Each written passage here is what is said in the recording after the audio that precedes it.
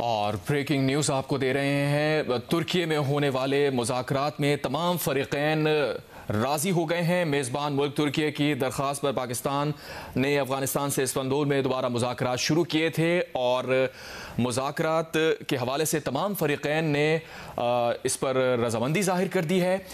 तुर्की में मेज़बान मुल्क की दरख्वास्त पर एक बार फिर दोबारा शुरू हुए थे और इस मुताल्लिक़ बताया जा रहा है कि अगली मीटिंग 6 नवंबर को शेड्यूल की गई है। बड़ी डेवलपमेंट आपके साथ शेयर कर रहे हैं। तुर्की में मेज़बान ममालिक के दरमियान अफ़गानिस्तान और पाकिस्तान के दरमियान मुज़ाकरात दोबारा शुरू हुए और अब बताया जा रहा है कि दोनों ममालिक के दरमियान तमाम तर सालिसों के ज़रिए ये मुज़ाकरात अब कामयाब हो गए। इस पर रज़ामंदी ज़ाहिर कर दी गई है और इसकी अगली मीटिंग 6 नवंबर को शेड्यूल होने जा रही है। मॉनिटरिंग और वेरिफिकेशन मैकेनिज़्म पर भी इत्तफाक कर लिया गया है। पाकिस्तान का इस मुताल्लिक़ देरीना मुतालबा रहा है और पाकिस्तान तहरीरी मुतालबे पर जोर देता रहा है। मॉनिटरिंग और वेरिफिकेशन मैकेनिज़्म पर इत्तफाक कर लिया गया है। इस मुताल्लिक़ वज़ीर दिफ़ा की गुफ्तगू भी आपको सुनाई। अपडेट यह है कि मेज़बान मुल्क तुर्की की दरख्वास्त पर पाकिस्तान ने इस्तांबुल में अफ़गानिस्तान के साथ मुज़ाकरात शुरू किए थे और अब ये खबर आ रही है कि पाकिस्तान और अफ़गानिस्तान के दरमियान ये मुज़ाकरात कामयाब हो गए हैं। दोनों ने अगला इजलास 6 नवंबर को इस्तांबुल में करने पर रज़ामंदी ज़ाहिर की है। पाकिस्तान और अफ़गानिस्तान इस्तांबुल में मुज़ाकरात में जंग बंदी पर मुत्तफ़िक़ हो गए हैं। अगला इजलास 6 नवंबर को इस्तांबुल में करने पर इत्तफाक किया गया है। मेज़बान मुल्क तुर्की की दरख्वास्त पर पाकिस्तान ने अफ़गानिस्तान से इस्तांबुल में मुज़ाकरात दोबारा शुरू किए। मुज़ाकरात का ये नया दौर पाकिस्तान के अफ़गानिस्तान से दहशतगर्दों के ख़िलाफ़ वाज़ेह, काबिल तस्दीक़ और मौसर कार्रवाई के मरकज़ी मुतालबे पर भी हुआ और 6 नवंबर को इजलास दोबारा शेड्यूल करने का फैसला किया गया है। दोनों ममालिक ने मॉनिटरिंग और वेरिफिकेशन मैकेनिज़्म पर भी इत्तफाक किया है, जो पाकिस्तान का देरीना मुतालबा रहा है। पाकिस्तान और अफ़गानिस्तान इस्तांबुल में मुज़ाकरात पर रज़ामंद हो गए हैं और इत्तफाक कर लिया गया है 6 नवंबर को इस्तांबुल में दोबारा ये इजलास होने जा रहा है। तुर्की और कतर दोनों सालिसों ने अमन व इस्तेहकाम के लिए अपना किरदार जारी रखने पर भी पेशकश की है। अहम खबर एलामिया जारी किया गया है। इसकी जैसे जैसे डिटेल्स आ रही हैं आपके साथ शेयर कर रहे हैं। दोनों ममालिक ने मॉनिटरिंग और वेरिफिकेशन मैकेनिज़्म पर इत्तफाक किया गया है। 25 से 30 अक्टूबर के दरमियान ये मुज़ाकरात जारी रहे, जिसका एलामिया अब जारी कर दिया गया है और अगला इजलास 6 नवंबर को शेड्यूल किया गया है। दोनों ममालिक ने मॉनिटरिंग और वेरिफिकेशन मैकेनिज़्म पर इत्तफाक किया है। पाकिस्तान और अफ़गानिस्तान इस्तांबुल मुज़ाकरात में जंगबंदी पर मुत्तफ़िक़ हो गए हैं। अगला इजलास 6 नवंबर को इस्तांबुल में करने पर इत्तफाक किया गया है। मॉनिटरिंग और वेरिफिकेशन मैकेनिज़्म पर इत्तफाक किया है, जो पाकिस्तान का देरीना मुतालबा रहा है। इस पर मज़ीद बात करने के लिए ज्वाइन किया है ब्रिगेडियर रिटायर्ड राशिद वली साहब ने। बहुत शुक्रिया ब्रिगेडियर साहब। बड़ी डेवलपमेंट, 5 दिन तकरीबन ये मुज़ाकरात जारी रहे और फाइनली इसमें तातुल के बाद अब इत्तफाक हो गया है। जी ठीक है, ये बहुत बड़ी डेवलपमेंट है और पाकिस्तान की जो विंडिकेशन है हमारे स्टांस की, जो बड़ा मंतकी दलाइल और एविडेंस उससे भरपूर हमारा स्टांस था और हमने इस पे बड़ी पाबंदी से चलते रहे और इसको कई मरतबा ऐसे हालात आए कि ड्राफ्ट एग्री हुआ था तो अफगान तालिबान उससे मुकर गए और जो टीटीपी के मामले पे आके वो तज़ब्ज़ुब का शिकार हो जाते थे। और अब भी हमें इसको बड़ा केयरफुली देखना है, क्योंकि जो 6 नवंबर को इसकी फॉलो अप मुज़ाकरात होने हैं, जिसमें तफसीलात तय की जाएंगी और जुज़ियात पे बात होगी कि इस सीज़ फायर को कैसे इसको इम्प्लीमेंट किया जाए। वो जॉइंट जो एक मैकेनिज़्म है बॉर्डर कंट्रोल का, उसको कैसे दुरुए कार लाया जाए, ऑपरेशनलाइज कैसे किया जाए, वो बहुत ज़रूरी है, क्योंकि test of the pudding is in the eating.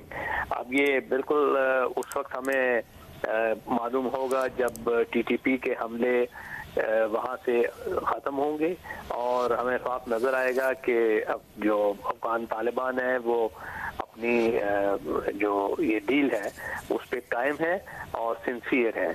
और अगर ये सिर्फ उन्होंने वक्त गुजारी के लिए ये एक टेम्परेरी रिस्पाइट दिया है तो ये फिर मेरा ख्याल है मामला दोबारा किसी उस सीज फायर की वायलेशन की तरफ जाएगा, मगर उसके लिए पाकिस्तान तैयार है। और पाकिस्तान का अच्छी चीज़ ये है कि हमने बड़ी कंसिस्टेंसी और क्लैरिटी का मुजाहरा किया है और इसमें कोई हमारे जो स्टांस में झूल नहीं आई।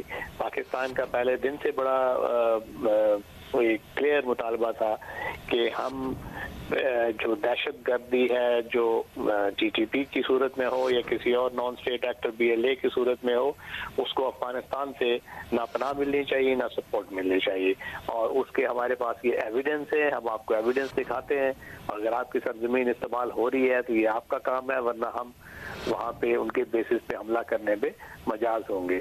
और एज अ नेगेटिव इंसेंटिव जो बॉर्डर कंट्रोल है उसको भी जो तजारत है उसको रोक दिया गया, तो उसका भी मेरा ख्याल है उन पे असर हुआ है। और जो उन पे प्रेशर पड़ा है ये उसका नतीजा है कि ये अबूरी इंटरिम एग्रीमेंट की तरफ वो राग़िब हुए। मगर अभी भी हमें बड़ा अलर्ट रहना होगा, बड़ा विजिलेंट रह के इस चीज़ का बगौर मुआयना करना होगा, क्योंकि हम पे लगातार हमले हो रहे हैं और इसके पीछे भारत का भी हाथ है।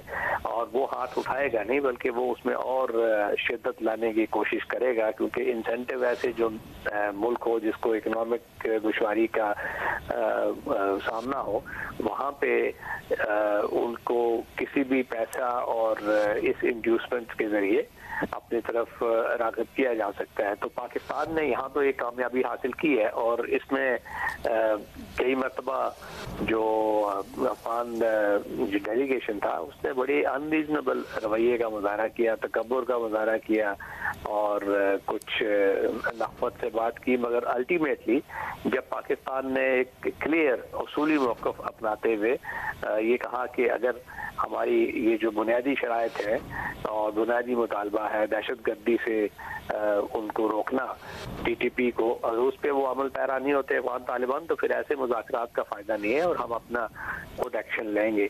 तो उस पे फिर अफगान जो तालिबान है उनका जब वक्त है उसकी तरफ से भी रिक्वेस्ट आई कि ये इसको एक मौका और दिया जाए। और पाकिस्तान ने फिर किसी भी किस्म की ईगोटिस्टिकल एटीट्यूड का मुजाहरा नहीं किया और दोबारा एग्रीमेंट करने की तरफ वो मुज़ाकरात टेबल पे आए।